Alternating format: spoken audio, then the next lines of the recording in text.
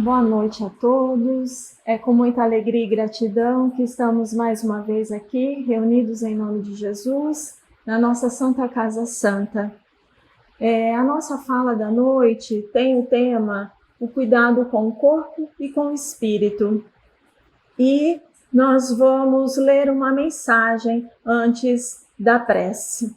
A mensagem inicial é do livro O Espírito de Verdade, de Chico Xavier, no item 32, que diz Na Saúde e na Doença, por André Luiz. Eu tirei apenas um trechinho da mensagem e diz o seguinte: em toda circunstância, trate a própria saúde, prevenindo-se da doença com os recursos encontrados em você mesmo.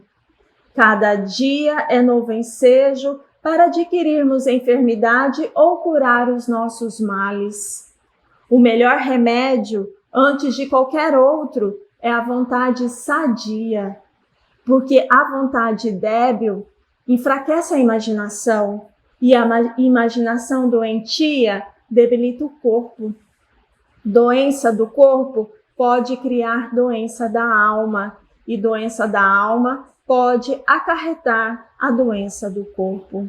A vida atribulada nem sempre significa vida bem vivida.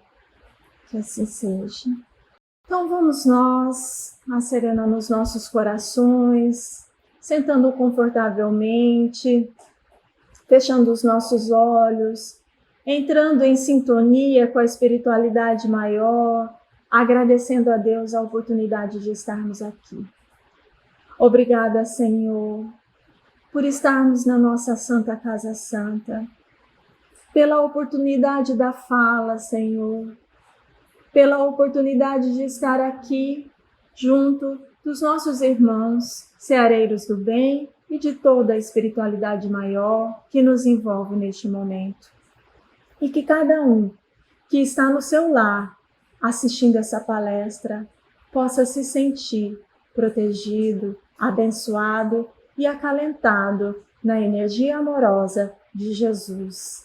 Que assim seja, graças a Deus. Cuidar do corpo e do espírito é um tema um tanto desafiador, mas que eu gosto muito, porque eu, sendo da área de saúde, esse tema me envolve um pouco. Mas, assim, a forma com que a espiritualidade me ajudou a conduzir esse tema foi, assim, muito reflexivo e me deixou um tanto emocionada da forma com que foi conduzida, e eu espero que também possa causar uma reflexão no coração de cada um de vocês e também sentir essa emoção e essa presença de Jesus em nossa vida. No Evangelho segundo o Espiritismo, no capítulo 17, o capítulo 17 ele tem como título Sedes Perfeitos. Tem o item 11, que é uma psicografia, é uma mensagem do Espírito de Georges. E tem como título Cuidar do Corpo e do Espírito. E quando ele começa a mensagem, ele começa com uma pergunta. E a pergunta dele é: a perfeição moral consiste na maceração do corpo? Ou seja, a perfeição moral consiste em machucar o corpo, mutilar o corpo, judiar do corpo, punir o corpo? Eu acredito que essa pergunta vem pela questão, na Idade Média, muitas pessoas, quando se sentiam remorsos, se sentia que tinha feito algo errado, eles eram punidos com a maceração do corpo, ou seja, puniam o corpo, judiavam o corpo, e as próprias pessoas se machucavam. Minha culpa, minha máxima culpa, aí usava aqueles instrumentos de tortura, né, e se chicoteavam e se machucavam, porque eles acreditavam que naquele momento o corpo iria ser diminuído e o espírito estaria se elevando. Então seria a maceração do corpo com a perfeição moral. Mas Georges já traz uma negativa para essa resposta. Não. A punição do corpo, a maceração do corpo não tem nada a ver com o progresso moral, com a elevação moral. O progresso moral, a elevação moral, pelo contrário, a gente precisa ter um cuidado com o corpo para que a gente possa atingir a nossa evolução. Para que a gente possa entender isso, porque assim, Keila, você é espírita, você está dentro de uma casa espírita, vocês falam que a vida real é a vida espiritual e agora você fala do corpo, né? Dessa importância do cuidado do corpo. Como é assim? Para que a gente possa entender, eu vou trazer dois conceitos. Um conceito que é da alma. Alma, o que significa alma? No Livro dos Espíritos, lá na introdução no item 4, fala sobre a alma e ele diz o seguinte, que alma é o espírito encarnado, o qual o corpo é o seu envoltório. Então, a alma é o espírito que habita o corpo. E o que é o corpo? O corpo é o veículo, é um instrumento, é a matéria que se organiza para abrigar, para resguardar esta alma. Então, corpo e alma unidos, corpo e alma juntos, têm um objetivo. Eles têm um serviço a cumprir. Corpo e alma juntos é vida. É vida que se movimenta. Então, o objetivo de quando nascemos é a progressão desse espírito, é a progressão desse ser, é a evolução deste ser. Então, isso é uma determinação da natureza, é uma determinação divina. Esse poder de que nascemos para progredir. Então, o corpo, ele tem um valor imenso. Ele tem um valor assim que a gente precisa dar o devido valor ao nosso corpo. O corpo é uma bênção que Deus nos deu. Essa bênção que Deus nos deu, o corpo, é para cumprir com tudo que foi programado nessa vida, né? Nem sempre cumprimos tudo, né? Temos o livre-arbítrio que vai conduzindo, vai melhorando o que foi determinado e às vezes não, mas o corpo, ele é uma bênção dada por Deus para as nossas atividades dessa vida, para o que foi programado nesta vida. Mas, Keila, como que é bênção? Tem gente que está acamado, é um neuropata que está acamado e o corpo está ali vegetando. Outros tiveram um AVC e está ali vegetando. Outros têm problema de visão, audição, movimentos, né? Outros, o padrão estético que a gente vê na internet dessas modelos e modelos belíssimos não condiz com a minha realidade. Como assim é uma bênção? É uma bênção para ele e não para mim? Como assim? Então, a gente até pode não ter esses padrões estéticos, pode até ter algum defeito, seja de nascença, ou seja que a gente adquiriu ao longo da vida, às vezes até por não cuidar tanto do corpo assim. Independente disso, o corpo é abençoado. O corpo é divino. É Deus que nos deu. Então, para que a gente possa seguir o caminho desta vida. Sabe como se fosse um carro? O corpo, eu disse lá no início que ele é um veículo, que ele é um instrumento. Então, vamos pensar no carro. O carro, quando a gente vai viajar, a gente programa o cuidado desse carro, né? Troca o óleo, coloca água, que mais? Faz uma revisão. Tem várias coisas que cuida do carro, né? Calibra os pneus para poder fazer uma viagem, né, com esse carro. E o motorista é que conduz o carro. Então, a gente pode dizer do nosso corpo, esse carro, que para começar essa viagem que é a nossa vida, a gente precisa cuidar dele, né? Para que ele possa ter uma boa trajetória nessa viagem. E quem é que conduz o carro? O motorista. Então, quem é que está conduzindo? A alma que habita este corpo.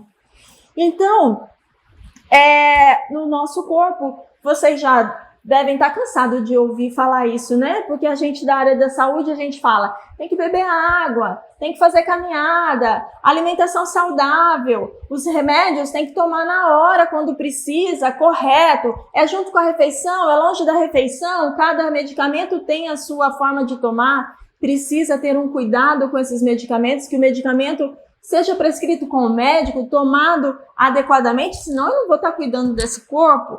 Então, é um cuidado com muito amor no nosso coração, é um cuidado de muito amor ao nosso corpo. Então, nós precisamos ter esse cuidado do corpo. O tempo todo a gente ouve as pessoas falarem, então a gente pode até não cuidar adequadamente, mas a gente sabe o que precisa fazer para cuidar desse corpo.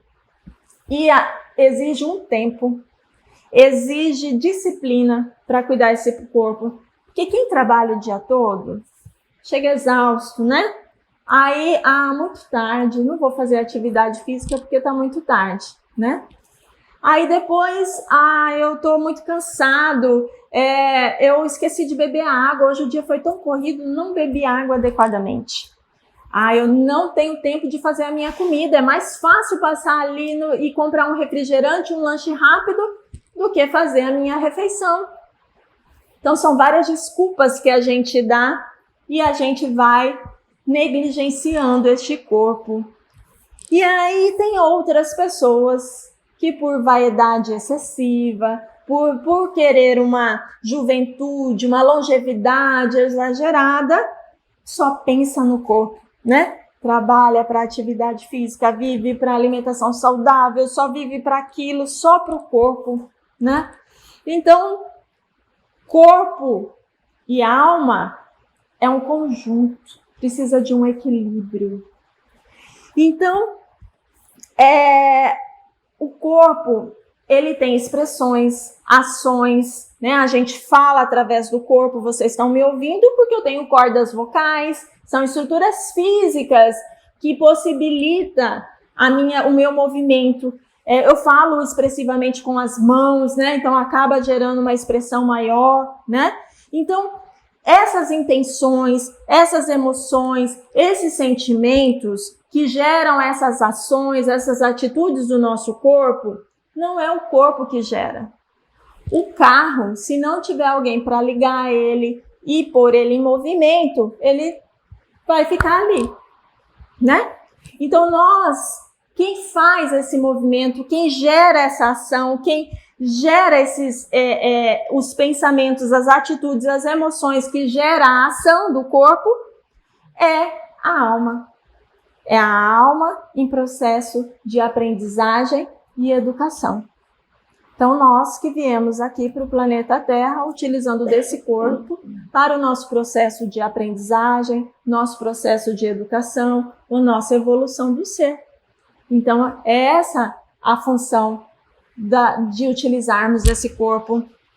Porque quem toma as decisões é a nossa mente. A mente estimula, ela é coordenada pelo nosso espírito e é ela que é o nosso espírito ou a nossa alma que está encarnada, né? A alma que está dentro de nós, é ela que coordena a nossa mente. Então, a alma, ela que vai estimular a nossa mente. A mente estimula as células cerebrais, as células nervosas, com esse movimento, para que a gente gere as ações. André Luiz, no livro No Mundo Maior, que a gente está fazendo a tertúlia aos sábados à tarde, o estudo do livro aos sábados à tarde, quem quiser participar, pode entrar em contato conosco. E André Luiz, ele retrata muito bem sobre o cérebro. E ele fala sobre a mente. Ele diz o seguinte, que a mente é a orientadora das células do nosso cérebro. Então, é a mente que orienta as células do nosso cérebro para funcionar. A mente é que define as correntes da nossa vontade, né? É a mente que vai dar o direcionamento da sede, da fome, da raiva, do nervosismo, da tranquilidade, do controle. A mente que vai dando esses estímulos para o nosso cérebro. E quem estimula a mente para isso? São ações invisíveis, ou seja, é a nossa alma, é o nosso espírito que estimula a nossa mente para esse movimento. Ou às vezes até outros espíritos que podem nos influenciar. Mas isso é assunto para uma outra aula. né? Então, os nossos pensamentos que determinam a nossa vida são eles que modelam o nosso corpo. Como assim, Keila? É o meu pensamento que modela o meu corpo. Se eu estiver triste, vocês vão me ver abatida, aquela sensação, parece que tá aquele peso, né? Então, vai modelar a expressão do meu corpo. Se eu estou alegre, expansiva, eu estou sorridente, expansiva, tá? O meu pensamento está modelando o meu corpo, né? Se eu estou ansiosa, ou eu roo unha, ou eu como demais, ou a minha perna não para de movimentar, vai estar, o que eu estou sentindo está modelando o meu corpo. Então, nós fisicamente, o que nós somos aqui fisicamente é produto do eu espiritual. É produto do meu eu espiritual. Para que a gente possa compreender um pouco mais sobre a alma e o corpo, no livro Alma e Luz, de Chico Xavier, ele facilita um pouquinho o nosso entendimento. Ele traz assim: a alma é a lógica nos acontecimentos da vida. Alma é a lógica dos acontecimentos da vida. O corpo é instrumento em que se aprende a respeitá-la. A alma é a inspiração da vida maior. É inspiração para o progresso, para a evolução. A alma, ela estimula isso para a gente. O corpo é matéria densa, modelada pela nossa alma, gerando os nossos anseios ou os nossos sentimentos que movimentam o nosso dia a dia. E uma coisa belíssima desse corpo, que eu acho que daí a gente precisa preservar demais o nosso corpo, porque é através dele que a gente sente o colo de uma mãe, um abraço de um pai. É através do corpo que a gente conversa e abraça um amigo. É através do corpo que nós damos um sorriso gostoso, que temos essa sensação de alegria, através do corpo. Mas é também através do corpo que sentimos as tristezas, as angústias, os remorsos, as culpas, as mágoas. Expressamos através do nosso corpo o choro, a insatisfação, a tristeza. E isso tudo pode até gerar doenças, né? Lá na mensagem inicial a gente diz que as doenças da alma podem gerar as doenças do corpo. Então, essa sensação de alegria ou de tristeza são bússolas. O que é uma bússola? A bússola é algo que dá direção, que dá sentido, né? Então, esses sentimentos, eles direcionam, indicam como é que devemos mudar a nossa forma de pensar ou de agir. É uma forma de refletir o que eu estou sentindo, para que eu possa mudar o direcionamento do que eu estou sentindo. Então, cuidar do corpo todos nós sabemos, podemos até não fazer, mas a gente sabe. Mas nós temos a necessidade do cuidado do corpo. É necessário cuidar do nosso corpo. É necessário porque é através do corpo também que a gente lida com os nossos afazeres do dia a dia. É o trabalho material para adquirir o alimento, para manter a nossa família, para as nossas atividades diárias. É através do corpo que enfrentamos as dificuldades, que lutamos a cada dia em busca de algo melhor, superando as dificuldades, mas também é através do corpo que participamos com alegria no momento de amizade, de família. É através do corpo que a gente tem todas essas sensações. E algo muito importante sobre o corpo é a questão do vício. Muito importante, porque às vezes, com a desculpa de prazer, ou desculpa só para relaxar um pouquinho, ou para aliviar alguma carência, alguma ansiedade, ou algum desajuste da nossa vida, com alguma desculpa dessa forma, a gente acaba caindo no vício do álcool, do sexo, do cigarro. Agora temos a narguilha aí, né? às vezes jogos, às vezes até remédio, outras drogas ilícitas, às vezes alimento, e às vezes até nos viciamos com comportamentos de maledicência, fofoca, mentiras, por tentar encontrar um prazer momentâneo, um prazer que é para tentar, eu quero equilibrar um pouquinho de desajuste, eu quero relaxar, eu não quero pensar nisso agora. Então, é momentâneo, é para compensar algo momentâneo.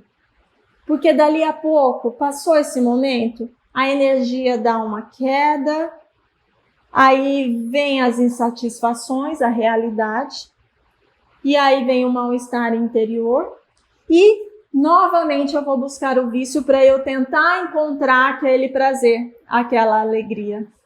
E isso torna esse ciclo vicioso. E acaba sendo prazeres falsos, efêmeros, que passa rápido, a gente mete os pés pelas mãos, porque muitos de nós falamos, eu controlo, eu sei controlar o quanto eu vou beber, ou vou fumar, ou tal coisa. E quando se vê, não conseguiu controlar. E esquecemos completamente da importância do corpo e da alma, desse conjunto que é o corpo e a alma. O corpo, como a gente já disse, não é ele que dá a doença, não é ele que gera o vício, não é ele que gera a virtude. Não é. É a nossa alma, é o nosso espírito o responsável disso. Todos os vícios e as virtudes são inerentes do nosso espírito. Então, a gente sabe que as dificuldades terrestres são enormes. São vários obstáculos que a gente precisa de muito esforço, de muita dedicação, de muita disciplina para vencer. Essas almas que estão habitadas nesse corpo estão em trânsito. A alma vai passar por aqui em trânsito. O corpo vai chegar a hora que ele não vai continuar com a nossa alma. A alma vai se tornar um espírito livre e o corpo vai ficar por aqui.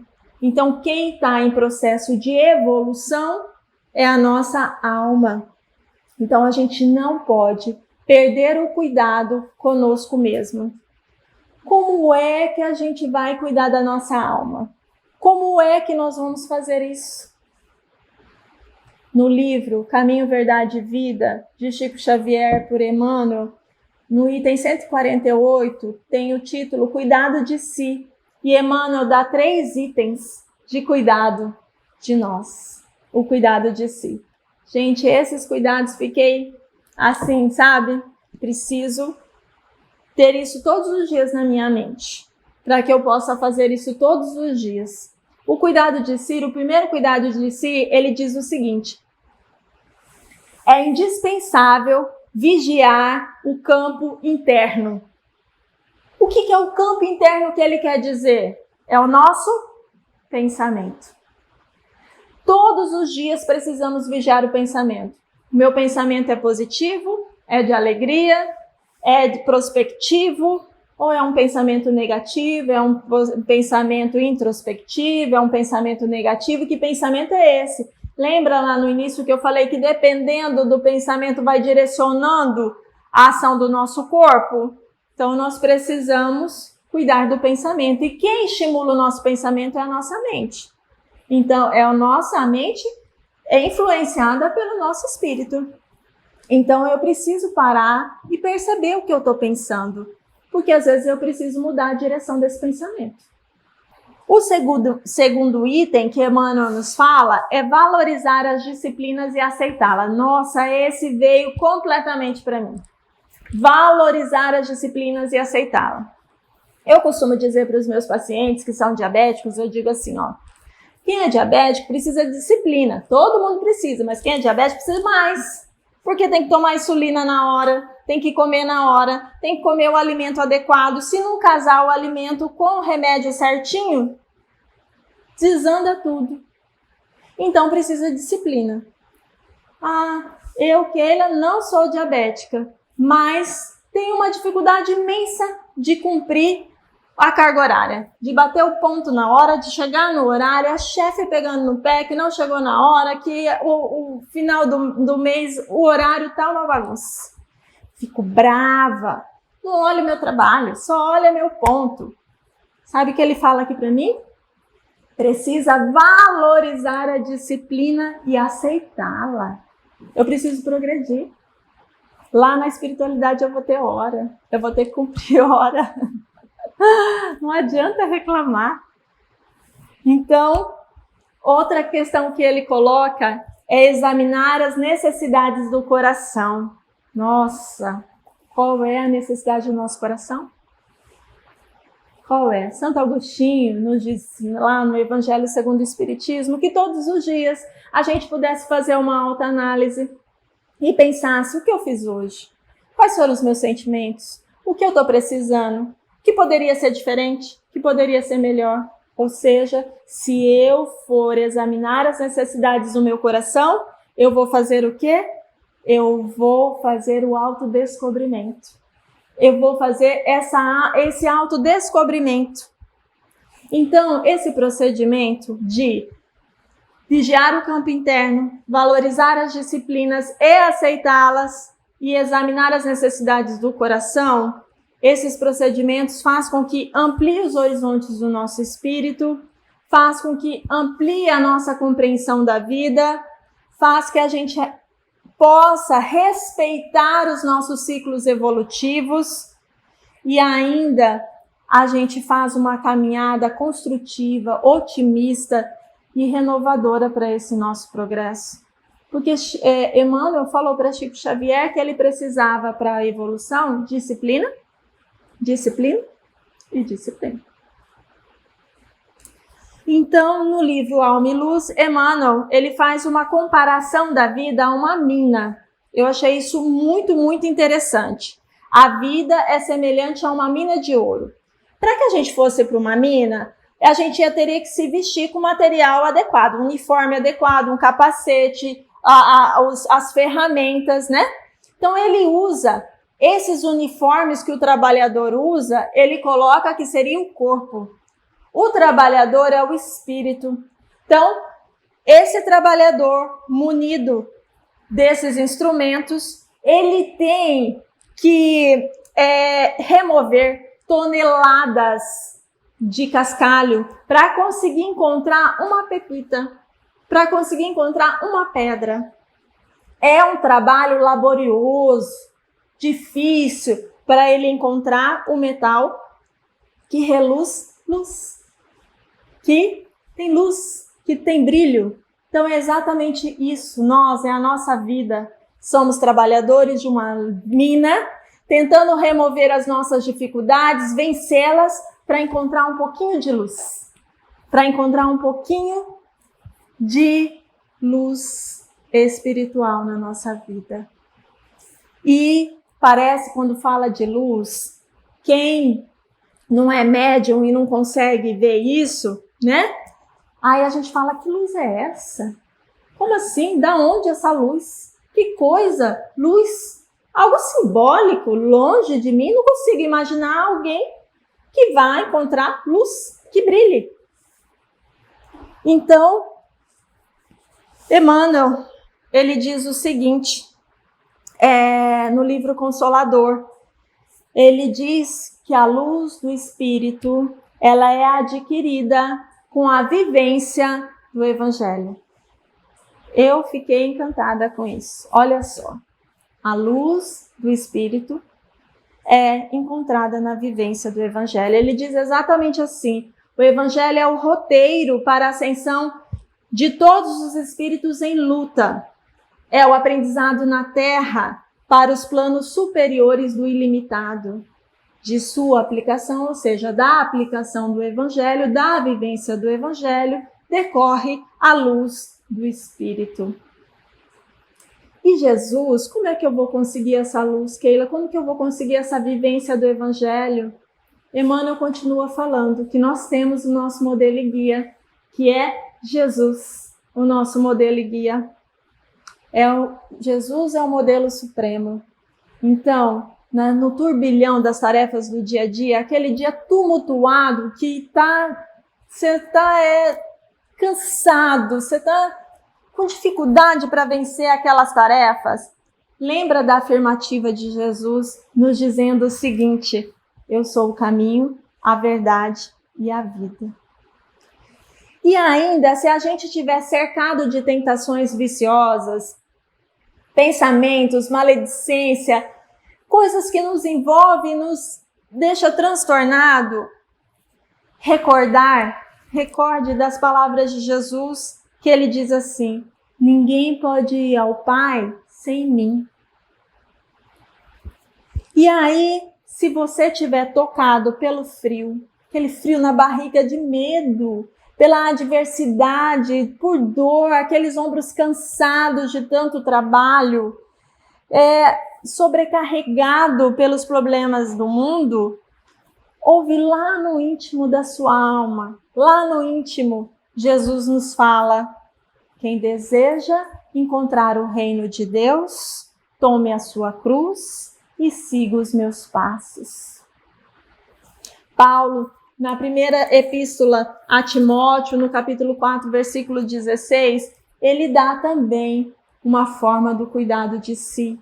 Ele diz o seguinte: tem cuidado de ti mesmo e da doutrina. Que doutrina é essa? O Evangelho de Jesus. O que Jesus ensinou. Então, tem cuidado de ti e da doutrina.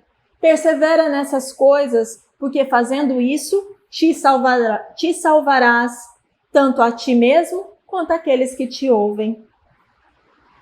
E João, no capítulo 2, versículo 6, ele fala da caridade.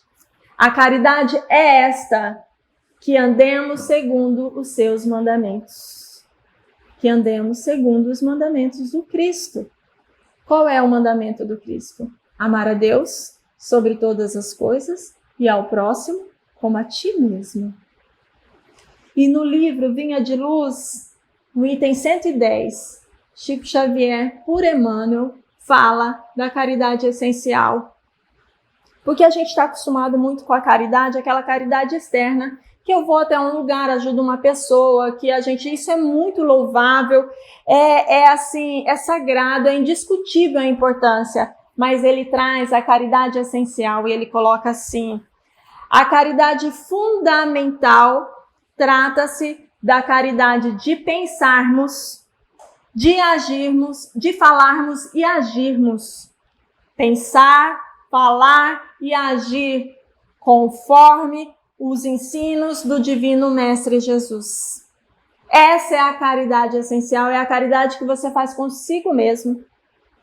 Você pensa, você fala e você age conforme os mandamentos de Deus, de Jesus. Então, isso é importantíssimo, é a caridade essencial, porque é uma condição da gente não ser mendigos de luz, para a gente não ficar sem luz. Se nós somos esses trabalhadores dessa mina, a busca dessa luz, nós precisamos pensar, falar e agir conforme os ensinos do Cristo, para a gente encontrar essa luz. Porque eu não sei se vocês já leram no livro Voltei, o irmão Jacó, que ele era um trabalhador espírita, fazia caridade, era trabalhador da casa espírita, e quando ele retorna à espiritualidade, ele não viu a sua luz. Ele não tinha luz, era um mendigo de luz. Então, vamos fazer a caridade essencial conosco mesmo, buscando essa luz. E precisamos ter o equilíbrio. O Evangelho diz o seguinte: amai a vossa alma e cuidar do vosso corpo, que é instrumento da vossa alma. Desconhecer a necessidade de nossa alma é desconhecer a lei de Deus. Lei de Deus, nós tivemos 2 ou 3 palestras nesse semestre sobre a justiça divina, sobre a lei de Deus. E a lei divina, ela diz, ela não quer que a gente sofra, ela não quer que a gente vive em sofrimento, ela quer que a gente cresça, que a gente evolua. E a única coisa que a lei de Deus, a lei divina nos pede é: amemos. Amemos uns aos outros, nos amemos. cada vez mais, porque quando a gente nos amar, a gente vai cuidar do corpo, a gente vai aceitar o nosso corpo, a gente vai respeitar o nosso corpo e aprendendo a amar cada vez mais, a gente vai encontrar essa luz. Seremos uma alma repleta de luz. Que Jesus abençoe a todos. Então vamos fechar os nossos olhos, que possamos nos envolver de luz. A nossa mente, a nossa alma nesse momento pode criar ao nosso redor luzes. Luzes que nos envolvem pelo amor de Cristo, pelo amor que Ele nos ensinou. E esse amor coloca o remédio necessário em nossas águas, que iremos beber para que possamos assim cuidar do nosso corpo, do nosso espírito, com o incentivo dos nossos anjos da espiritualidade maior. Gratidão, Senhor, por esta oportunidade. Esteja conosco, Senhor, hoje, amanhã e sempre. Que assim seja, graças a Deus.